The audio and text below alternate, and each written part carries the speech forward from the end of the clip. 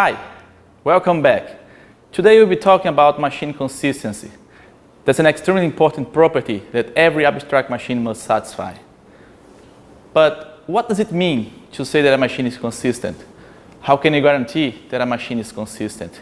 What tool support we have to achieve consistency? Let's find out in today's lecture. The abstract machine is a collection of information organized in different clauses. The first clause is the machine, which gives name n to the machine. Then we have the variables clause, which lists the state variables of the machine. The properties of these variables are given in the invariant, and these variables are initialized in a special operation called initialization. Finally, we have the machine operations, which may or may not have outputs, and based on a given precondition, execute a given command S. However, we have to ensure that these clauses are coherent. For example, how do we guarantee that the initialization respects the invariant? And furthermore, how do we guarantee that the operations also respects the invariant? In summary, to achieve machine consistency, we have to guarantee that the clauses are coherent and consistent. There are 3 points to achieve that. The invariant has to be feasible. After initialization, the state has to respect the invariant. And after the execution of the operations, the state has to respect the invariant. Let's talk about the first one, invariant consistency. The invariant has to be consistent. By that we mean that there must exist values to the state variables that satisfies the invariant. And we express that property using the predicate there exists V such that the invariant holds. Remember our ticket machine, in which we had the machine ticket with 2 variables, serve and next. We had the invariant, which said that the serve variable was a natural number, the next variable was a natural number, and that serve was less or equal to the next. We initialize both variables with 0, and then we have 2 operations, serve next and take ticket. If we go back to our property that the invariant is feasible, we have to guarantee that the predicate serve belongs to natural and next belongs to natural, and serve less or equal next is feasible. And for that, if we take the predicate, we have to prove that there exists serve and next such that serve is a natural number and next is a natural number and serve is less or equal to next. Well, that is implied by the fact that 0 belongs to natural and 0 belongs to natural and 0 less or equal to natural, which finishes our proof of consistency of the machine.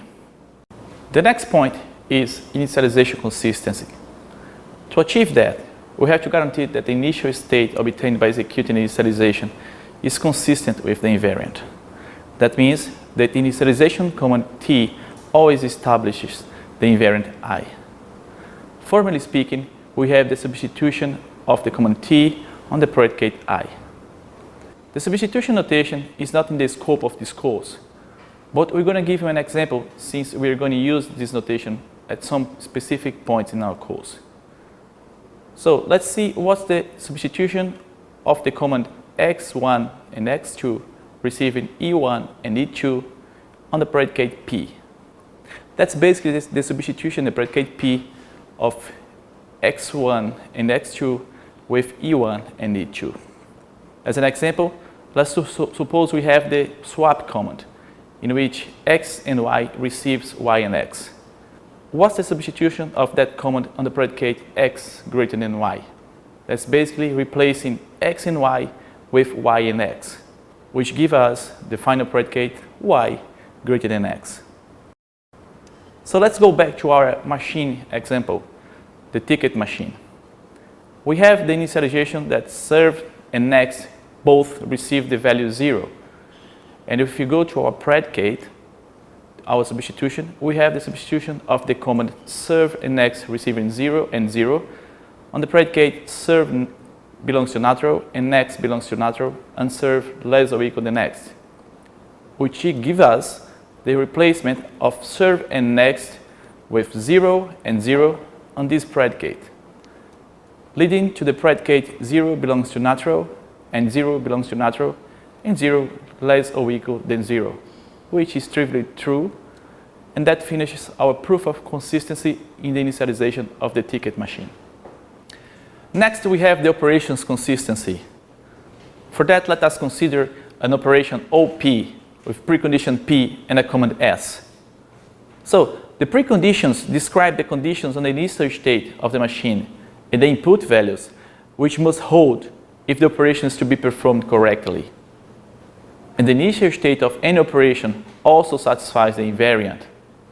Therefore, starting from states that satisfy the invariant and the precondition, the operation must respect the invariant. We express this as the following predicate. If the invariant holds and the precondition holds, then the substitution of S on I also holds. So, let's go back to our initial example, the ticket machine. The first operation, the serve next, has a precondition that serve less than next, and that as the command, we have that SS and serve receives, respectively, serve plus 1 and serve plus 1.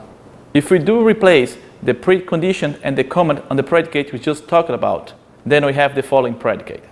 On the left-hand side of the implication, we have that serve belongs to natural, and next belongs to natural, and serve less or equal next, and serve less than next. On the right-hand side of the implication, we have the substitution of SS and serve receiving serve plus 1 and serve plus 1. On the predicate, serve belongs to natural, and next belongs to natural, and serve less or equal than next. If we replace on the right-hand side serve with serve plus 1, we get the following predicate on the right-hand side. Serve plus 1 belongs to natural, and next belongs to natural, and serve plus 1 less or equal than next. That's trivial to complete our proof, because on the left-hand side we have that serve belongs to natural, and therefore we can clearly imply that serve plus 1 belongs to natural. Also, we have that next belongs to natural on the left-hand side, which clearly implies that next belongs to natural on the right-hand side. Finally, we have that serve less than next, which implies that serve plus 1 less or equal than next. If we go to our second operation, the ticket operation, we don't have a precondition, and for that we consider the true precondition. And the command is TT and next, receiving next and next plus 1, respectively. If we go back to our initial predicate and we replace the precondition, the command, and the invariant, we get the following predicate. On the left-hand side, we have serve belongs to natural, next belongs to natural, and serve less or equal than next, and true, which is our considered precondition. On the right-hand side, we have the substitution of TT receiving next, and next receiving next plus 1. On the predicate, serve belongs to natural, and next belongs to natural, and serve less or equal than next. If we replace next with next plus 1 on the right-hand side, we have on the right-hand side that predicate serve belongs to natural, and next plus 1 belongs to natural, and serve less or equal next plus 1. Well, that's also trivial to complete, to prove, because on the left-hand side you have serve belongs to natural, which implies the right-hand side serve belongs to natural. Also, we have next belongs to natural on the left-hand side, which clearly implies that next plus 1 belongs to natural on the right-hand side. Finally, we have that serve less or equal than next on the left-hand side, and that clearly implies that serve less or equal next plus 1. And that's complete the proof of the operation consistency of the ticket machine. So, what if you are not able to prove the proof obligations? Well, false proof obligations highlights inconsistency in the machine, and the possible causes for that are 3. Operation preconditions too weak, operations incorrect, or the invariant is incorrect. The precondition allows an operation to be called when it should not be, and that's when the precondition is too weak. Going back to our ticket machine, let's suppose that we omitted the precondition of the serve next operation, which would allow the operation to be called when serve, for example, is equal to next. Well, by assigning serve plus 1 to serve, we would be breaking the part of the invariant that says that serve is less or equal to next. So we had to fix the serve next operation, including the precondition that says that serve has to be less than next to allow the operation to be called. Well, When the operation is wrong, the body of the operation might be wrong, as we know, and needs to be fixed. So let's suppose that, for example, we mistakenly assign serve plus 2 instead of serve plus 1 to serve in the serve next operation. Well, that's clearly wrong, because at some point we would break also the part of the invariant that says that serve less or equal to next, because we are guarding the operation serve next simply with the precondition that says that serve less than next. So we have to go back to that operation and fix the assignment by assigning serve plus 1 to serve, and that would complete the development of this operation. Finally, the invariant can be simply wrong. Well, that happens when the body of the operation is correct, but the invariant is incorrect, and we need to be fixed. And some reasons for the invariant to be incorrect are, for example, like the invariant is too strong and excludes valid states, or the invariant, the other way around, is too weak and needs to be strengthened. Finally, the invariant can be simply wrong. Let's take an example in which the invariant is simply too strong. Let's suppose that in the ticket machine we included in the invariant the predicate that says that next is less or equal than serve plus 1. Well, if we go back to the ticket machine, we simply assign increment next by 1, assigning next plus 1 to next. And that operation would be inconsistent with that part of the invariant that we just included, saying that next less or equal than serve plus 1, because at some point we could be breaking that part. So we have to fix that machine and to decide what is wrong, either the operation or the invariant. And in this case, the invariant is wrong, and we should remove that part of the predicate that we just included. Machine operations can also simply be query operations. Such operations provide information as outputs and do not change the state. Therefore, if such operations are invoked in a state that satisfies the invariant remains true after their completion. That's the reason why query operations are always consistent with the invariant. Let's take an example of an operation called waiting that gives as output the size of the queue. This operation will be declared as follows. It would give as output, let's say, a variable ww, and would assign to this variable ww the value of next minus serve. Well, see that this operation does not change the state, and therefore it is automatically consistent with the invariant. One last condition that has to be proved is regarding the well-definedness of expressions, predicates, and components used in the specification. For example, if you have a divided by b, you need to prove that b is not 0. Or if you invoke a function f, given x as argument, you need to prove that x belongs to the domain of f. For example, if you have the expression card of s, which gives you the size of a finite set S has to be finite. Well-definedness has to be proved, and are also proof obligations generated by Atelier B. Let's now move into an example, a practical example using Atelier B and Pro B. So, in our example, we have a machine called paper round. This machine records the houses that receive papers and magazines. And in our case, we have that houses are numbered from 1 to 163. We have one further restriction, which is that the houses that receive magazines are only the houses that also receive papers. And therefore, the set of magazines have to be a subset of the papers. Finally, we can only deliver papers to 60 houses, up to 60 houses. And therefore, we also have the restriction in the invariant that the card of papers is less or equal than 60. We initialize both variables, papers and magazines, with the empty set. And we have three operations. We can add a paper, given the number of the house. We can add a magazine, also giving the number of the house. Or we can remove the papers and the magazines of the house, also given the number of the house. So the add paper operation has as its precondition the type of the variable HH that it receives as argument, which must be a valid house number, therefore ranging from 1 to 163.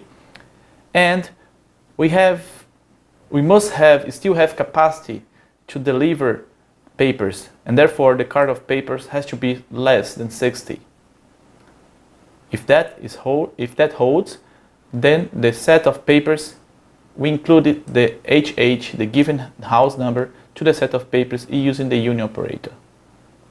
The next operation, the add magazine, also receive HH, the house number.